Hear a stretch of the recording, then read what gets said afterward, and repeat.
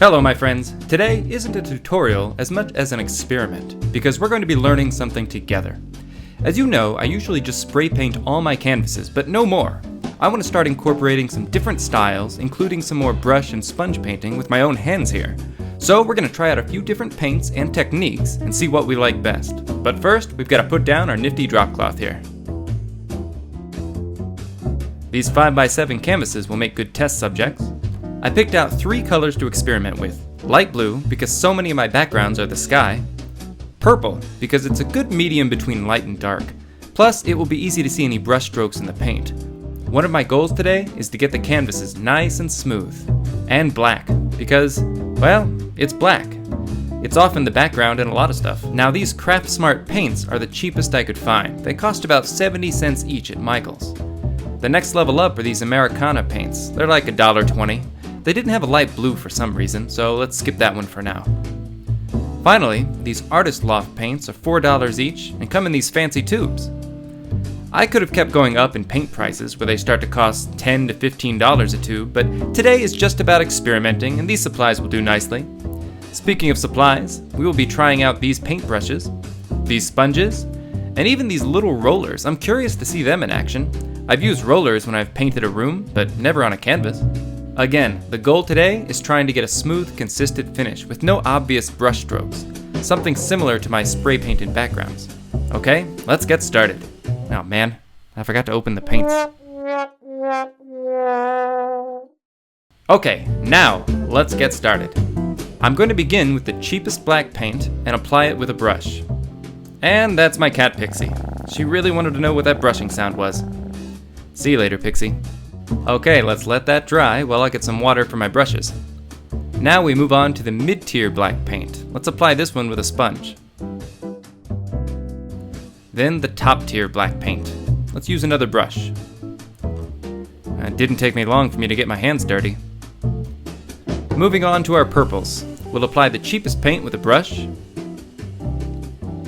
And because the purple is lighter than the black, we can really see the brush strokes I was talking about. See that?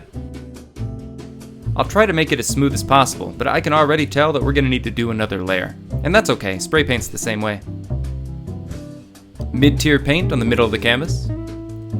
And I'll apply the most expensive paint with a sponge. It's kind of neat how all 3 of these colors are just labeled as purple, yet they're so clearly distinct from each other. Let's give it a few minutes to dry and we'll check out the light blues. The cheaper light blue goes on easy enough. Brush strokes are visible, but only if you look closely. The more expensive paint is much thicker and looks to be a very different shade of light blue, almost more of a turquoise really. Yeah, these two are so different, I don't think I can even consider them within range of being the same color. A little time passes, and let's take a look at the canvases so far, starting with the black. This is the most expensive paint, and this is the cheapest. You can see the differences pretty clearly. I think the middle paint turned into more of a dark gray than a black. Oof, these purples look rough. Definitely gonna have to do another coat on that before I can judge the results. The light blues both look pretty good. The more expensive paint, like the black and the purple, have this kind of glossy finish to it that I really don't like.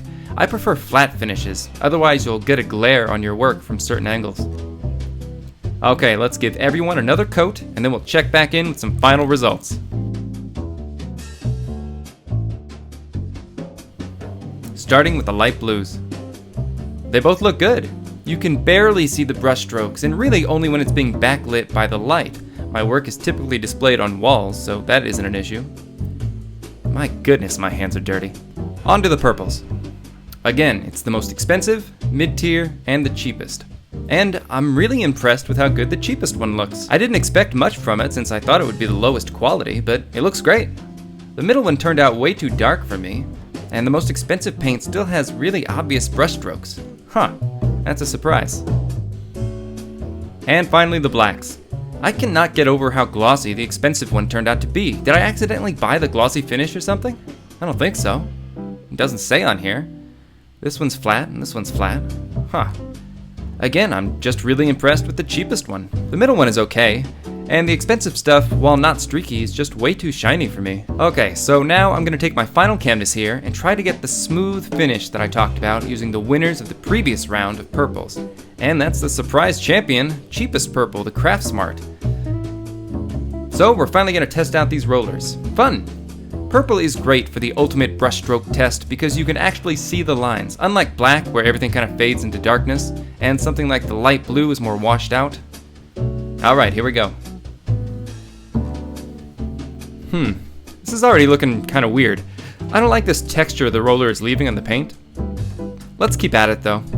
And it's drying pretty fast, so I'll add another coat.